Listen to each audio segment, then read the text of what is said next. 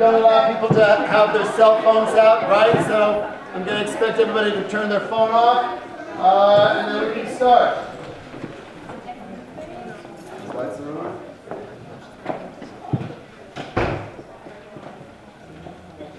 First of all, I want to welcome everybody to our theater arts presentation of Medea. Medea is a play that was written by Euripides. It was written in the year 431 BC, so it's part of the Greek tradition. It's a Greek tragedy, and it explores a lot of the same themes. Like if you were an audience going to a show at this time, you would have been going to a festival called Theater Dionysia. Okay, and it was a festival, it was called the City Dionysia, and people would come, and playwrights would write plays, and they would write plays based on all of the things that stories people were already familiar with. So Medea is a story that all of you would have been familiar with at this time when you came to see the play. Nothing that happens in this play would have been new to you, okay? But because you're probably, this is not the Medea of the, what's the guy who does it? Tyler Perry. This is not that Medea, okay? This is the tragic. Okay, so if you came for that, you're in for a little bit of a surprise. All right, I just want to point out, what amazes me most about this play is that it was written, 2,500 years ago, and yet it has things to say about women and a patriarchal society and women's place in society that seem like they were written yesterday. Okay, it's considered to be a proto-feminist play, which means that it contains all of these feminist messages that, that are already that never change. Well, it hasn't changed completely yet, and are part of the dynamic of being a woman. Yes, okay. At any rate, so this is the theater arts class. We've been working on it. It's a staged reading, so the actors will have scripts in their hands. We also have several people playing each part. So if somebody's wearing white, that means they're one of the nurses. If somebody's wearing red, that means they're Medea. If somebody's wearing blue, that means they're Jason, Medea's husband, okay? You'll figure it out as we go along. Also, unfortunately, one of our actors became sick today and is not able to be here, so we've had to make a few adjustments. And hopefully you won't notice any of them, all right? So please, keep your cell phones away and enjoy this production.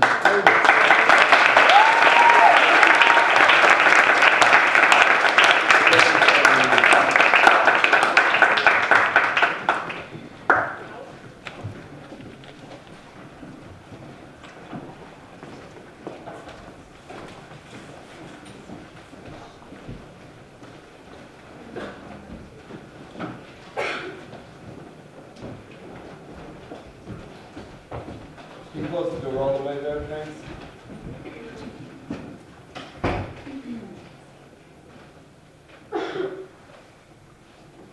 Jason cheated on Medea with Creon's daughter. He cheated on Medea? Jason cheated on Medea?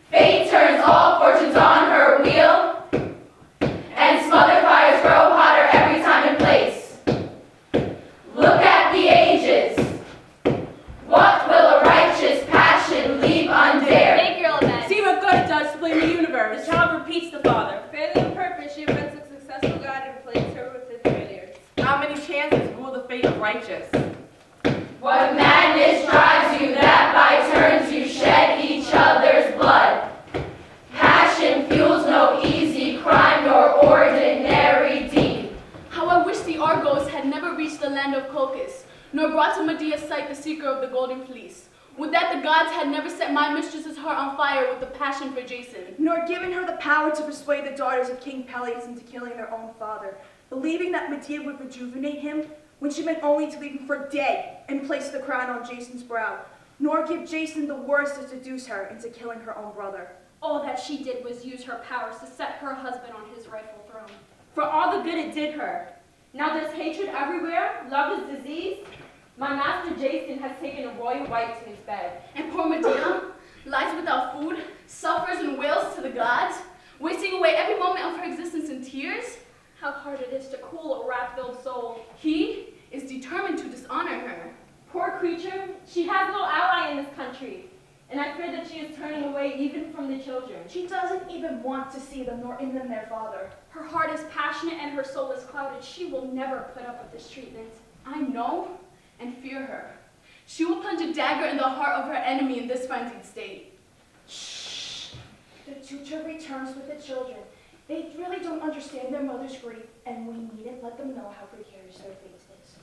You silly gossips, why are you standing here in front of your mistresses in the household, moaning to yourselves? You shouldn't leave that woman alone. Old man, if one is a good servant, it goes to one's heart when the master's love runs out. So I, for one, felt the need to unburden myself of the earth and heirs of Medea's sorrows. Has the poor lady not yet given up her crying? Given up? She's at the start, not halfway through her flood of tears. And another deluge yet to come. What do you mean? Nothing, I take it back. Don't hide from us, old man. Well, I heard a person in town saying that Creon intends to drive these offspring here and their mother into exile from Corinth. This would be, of course, so that the new bride, his princess daughter, can claim the full attention of Jason. Not mind you, I know this to be true. Only heard it about in a roundabout way. But I hope this isn't true. And would Jason allow that his precarious son should suffer too? Old ties give place to new ones. Why would he hesitate? Chance gives him both time and place. He has little enough feelings for this place, but you be quiet and don't tell our mistress. It's not the right time. it's bleak, indeed for us all. What's strange in that? Have you only just discovered that everyone loves himself more than his neighbor? Some people think so, or some people just get something out of it. So Jason neglects his boys for the new bride. The world turns. Go indoors, children.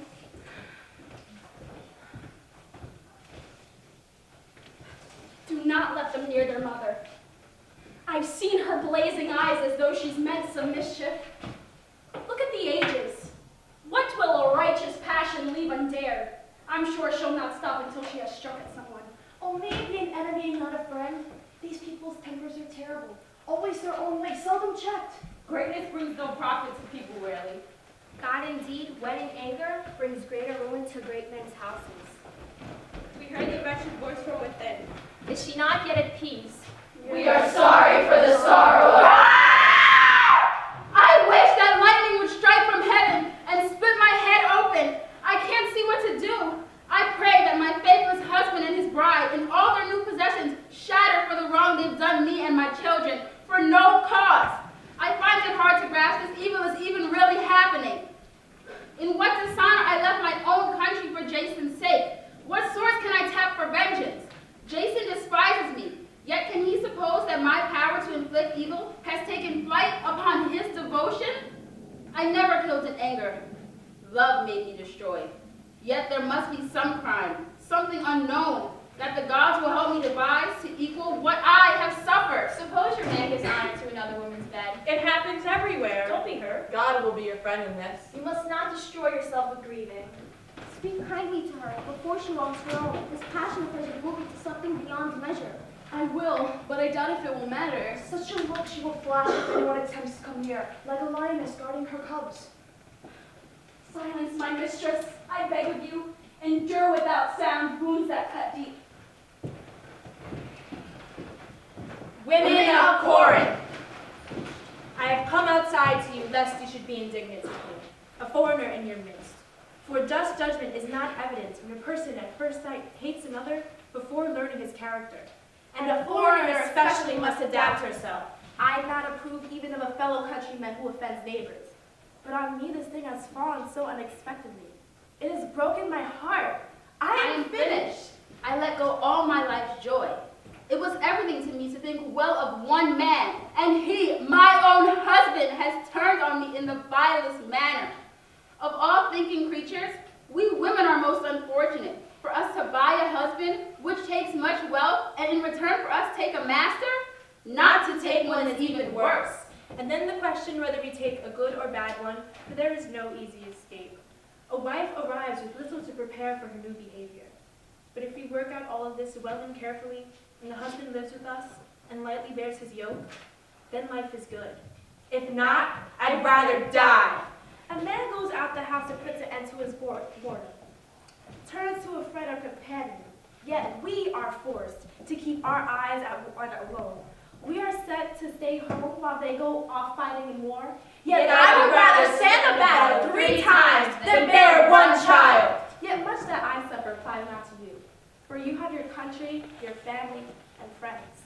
I am deserted, a refugee, meaningless to my husband, something he won in a foreign land. This, I tell you, in other ways a woman is fearful, defenseless, keeping her miseries to herself. But when wronged in the matter of love, by a woman and the man who married her, no other soul can hold so many thoughts of blood.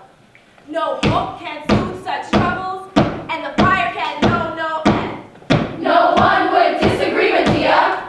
Your grief is expected.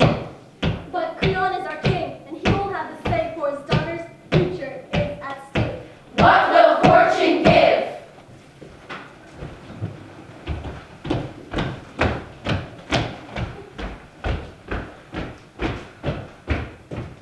You, with that angry look, so set against your husband. Medea, did I not order you to leave my territories, an exile, to take your children without delay? It is my decree. I will see that it is done.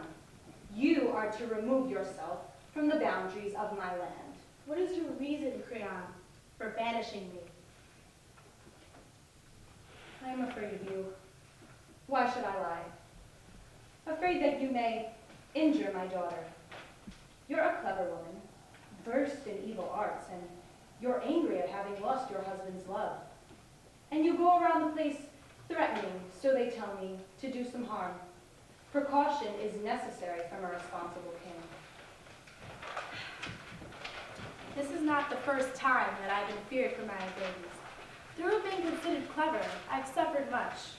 A person of sense ought to never bring up their children to be clever. It will make them an object of envy and ill will, and yet my cleverness is not so much. Are you frightened, Creon, that I have harmed you? You needed me. It's not my way to transgress an authority of a king. Have you harmed me? You gave a man away to a daughter you wanted as a son and a successor. Oh, certainly, I hate him. But you, I think, has acted wisely. I do not begrudge you in this. May the marriage, and so far as your affairs, be a lucky one. Only let me live this one day with my children. I will not raise my voice against my husband. What you say sounds gentle enough, yet in my heart I fear that your words mask some evil. A sharp-tempered woman is easier to deal with than a clever one. No, you must go. No. You are an enemy of this state. No, Creon, listen, I beg of you, by your knees, by your new wedded girl, will you drive me out and give my sorrow no heed? Woman, you seem to want to create a disturbance. Why this violence and clinging to that which is lost? You'll be forcefully removed by my men. Sooner or later, you must learn to tolerate No, inferiority. Creon, listen, I beg of you. If you are the judge and hear my cause and my case, I will go into exile. This is not what I begged for. Allow me to remain here this one day.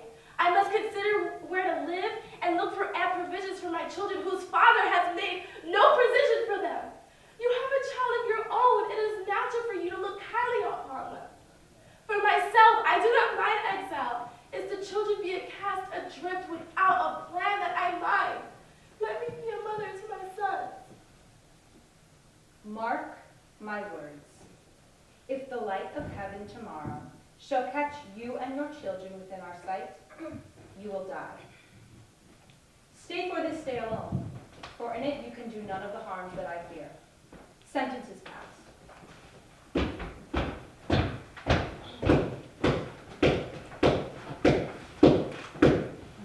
Where will you go, unfortunate wife?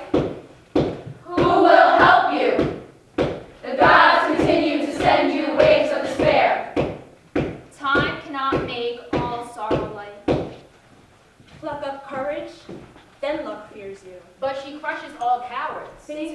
badly for me. But things may go as so much for the newlyweds. Pain is everywhere. Do you think I would have fallen on that man unless I had some end to gain? Touched him with my hands? He could have made nothing of my plans, but he gave me this one day, and in it I will make the deaths of my enemies. Medea still stands! My father too was a king. In me you see the energy of earth and water, fire, steel, the gods, and heaven's vengeance. I have only to set aside the obstacles in my path. I shall become Medea. Fortune has power enough to take away my goods, but not my spirit. Now she is standing still, threatening and heaving. Where will the crushing force of her intent strike? Her madness rises and swirls around her like water. Jason enters. The moment I see you, I recognize those ancient hallmarks of your rage. It is mere hopeless to deal with a stubborn temper. Medea, fate is always hard.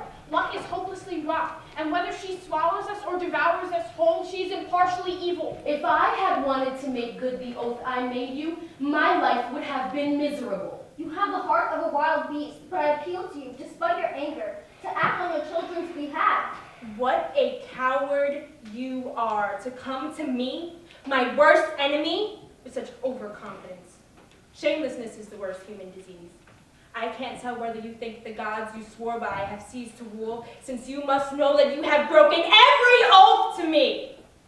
But you did well to come, because I can speak ill of you and lighten my heart.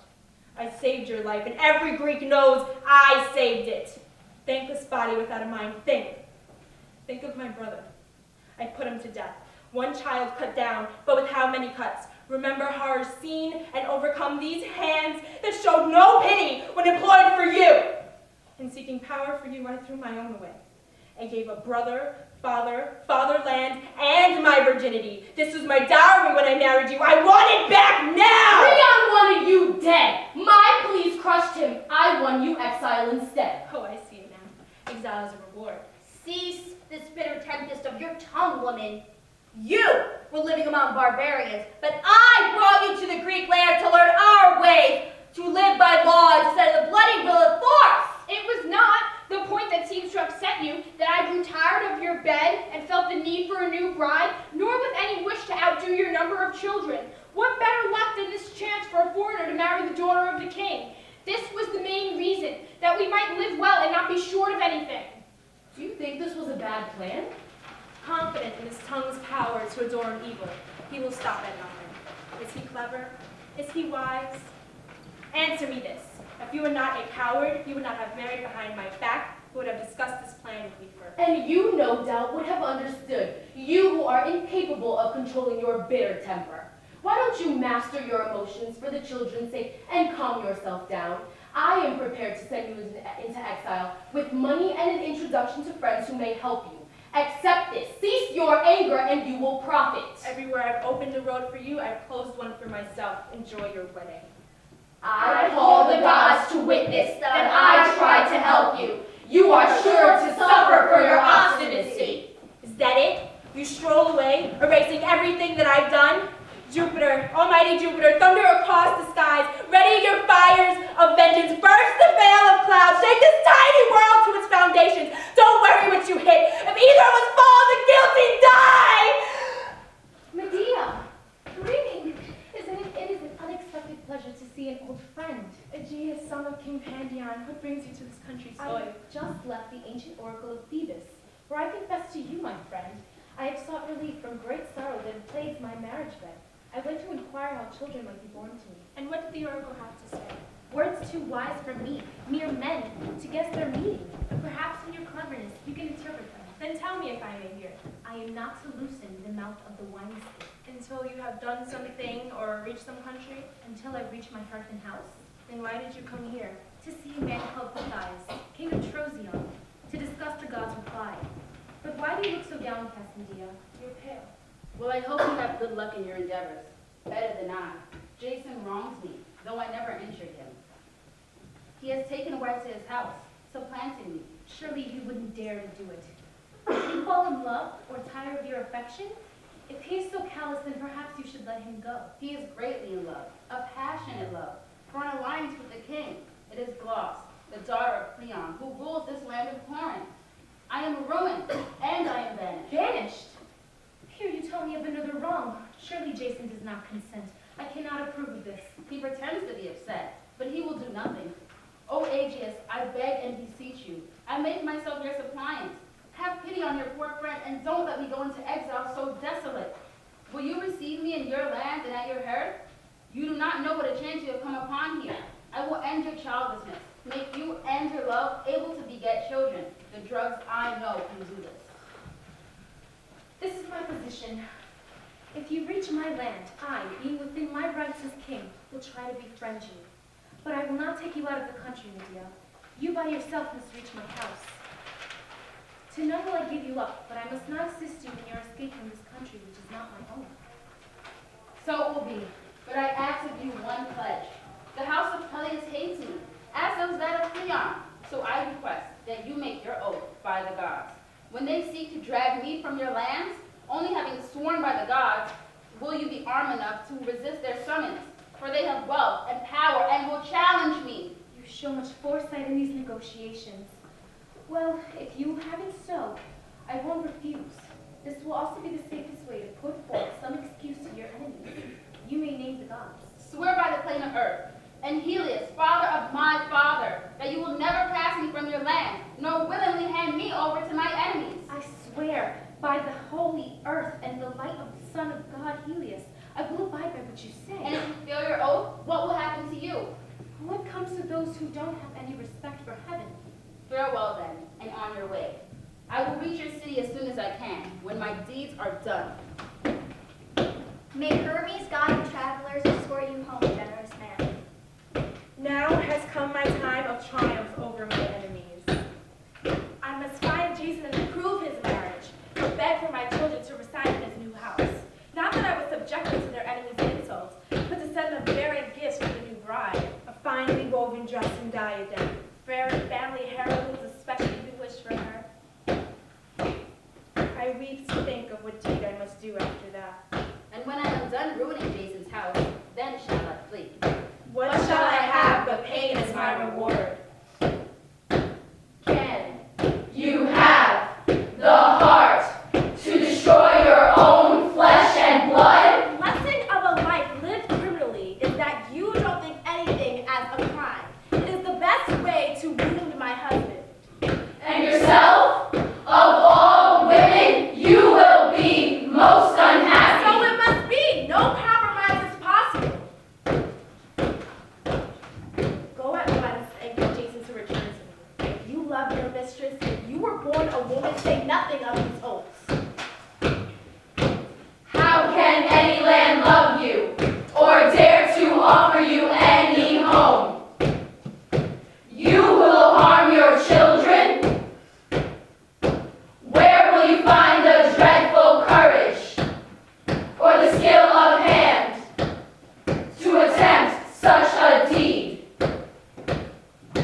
You will not be able, when your children implore you, to remain steadfast in this purpose. I've come at your request, despite your bitterness, to listen, woman. What do you want? Jason, I beg you, forgive my temper. I've talked with myself and reproached myself for my foolish anger. We had so much love together, it is natural for me. But I've considered this and see what sort of friends if we would be if it were not for your exile to this kingdom. I give in. I understand now. I approve of what you say, and I can't blame you for what you said before. It's natural for a woman to be wild with her husband when he goes in for secret love. But in the end, you have come to the right decision, clever woman that you are. I will make sure to make ample provisions for my sons, and I look forward to seeing them young men, strong and healthy. Medea, why do you turn from me? Are these words not pleasing to you?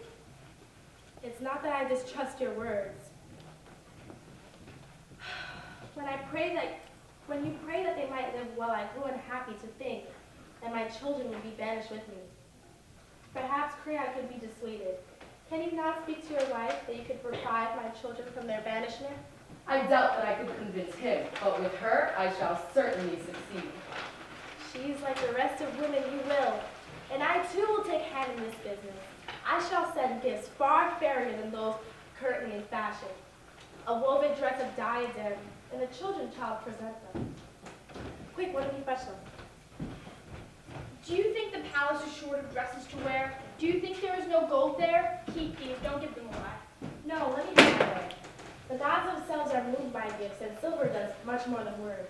Please have the gifts. Medea is the cloud that the sun cannot penetrate. She is the sun the clouds cannot resist. Medea is a soul divided against herself. The poor bride will accept the curse. Medea does not know how to reign in love or anger. Mistress, I am happy to report that your sons are unbanished, and the royal princess bride was pleased to take in your hands her gifts. What's the matter? Are my words not pleasing for you to hear? Is this not the good news I thought? You have told what you have told. I do not blame you.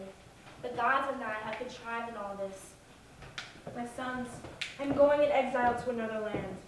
Before I have seen you grow up happy, before I have dressed your brides and made your marriage beds. What was the purpose for which I bore you? They were sterile, those pains I had in bearing you. You will never see your mother again. Why do you smile so sweetly at me? Why can't I bear to do it? I renounce my plans. Why should I hurt their father with the pain they feel and suffer twice as much myself?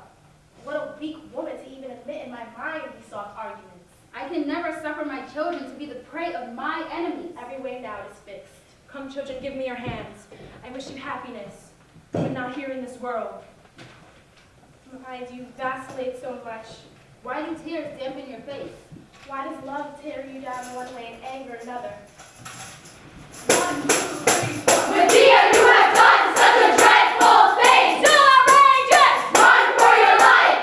Take what you can! And what is the reason I deserve such fun? She is dead! Only just now! The royal princess and her father too! By your poison! Now and hereafter I shall count you among my friends. What? Are you right in the mind? Are you not mad, woman? The house of the king is outraged by you! Not hurry so, my friends, but speak. How did they die? Was it in agony? When our mistress saw the dress, she could not restrain herself. She took the dress and wrapped herself in it, and placed the silver crown upon her head. And danced about like some exotic princess. But after that, it was a fearful thing to see, the wreath of silver that was resting around her head, and the finely woven dress that your children gave to her fastened on her unhappy flesh till, beaten by her fate, she fell to the ground. I shudder to confess that not one of us could move. Terror held us all from touching the corpse. But her wretched father at once cried out, and folded his arms about her and kissed her. He cried out, Oh, let me die with you, my child! and he stuck to the dress, and she was pulling him down. At last, his life was quenched, and the unhappy man gave up the ghost. There they lay, daughter and father, dead bodies, an event he prayed for with his last tears.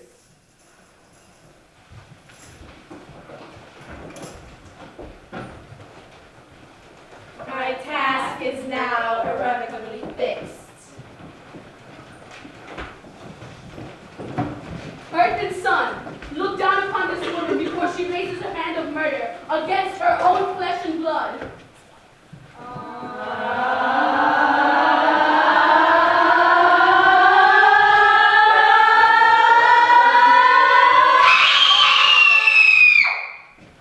You woman! Is she who did this dreadful deed still in the house, or has she run away in flight? For she will have to hide herself beneath the earth, or raise herself on wings if she wishes to escape the royal vengeance. Does she imagine that having killed our rulers, she will escape from this country without harm? I have come to save the lives of my boys in case the royal house should try to harm them to avenge their mother's wicked deed. If you but knew the sorrow that you were surrounded by, you would not have spoken so. Is she planning to kill me too? Your children are dead by their own mother's hand. Woman, you have destroyed me. Where did she kill them?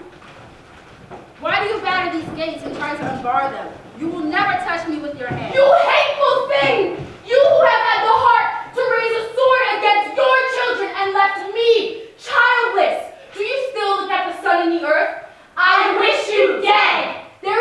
Greek woman who would have dared such deeds.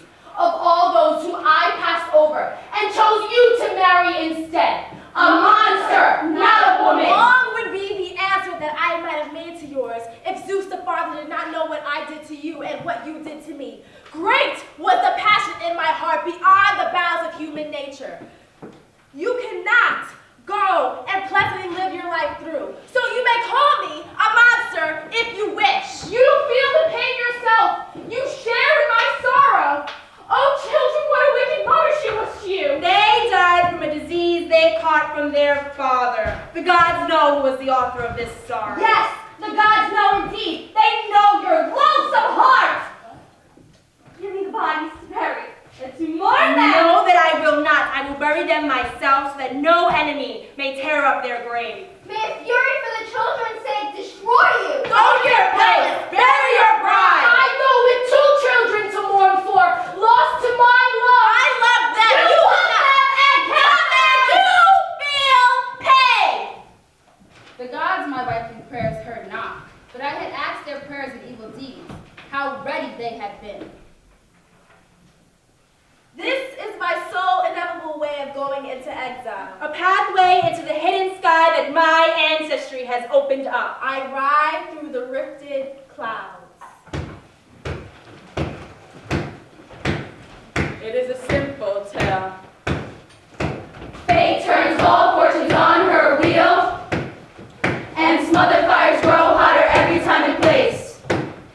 What madness drives you that by turns you shed each other's blood?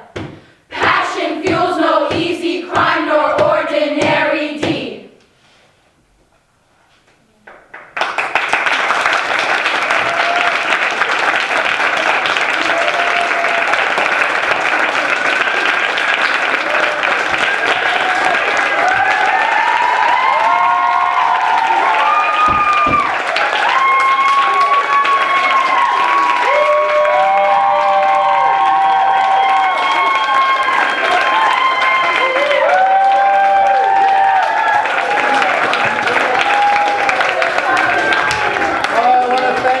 Coming, I want to ask you one last favor. If you could, all of these chairs come from the porch. If you could grab your chair, okay, as you go and take it to the porch, it would be much, much appreciated. And then the class can take all the chairs that belong here. Thank you for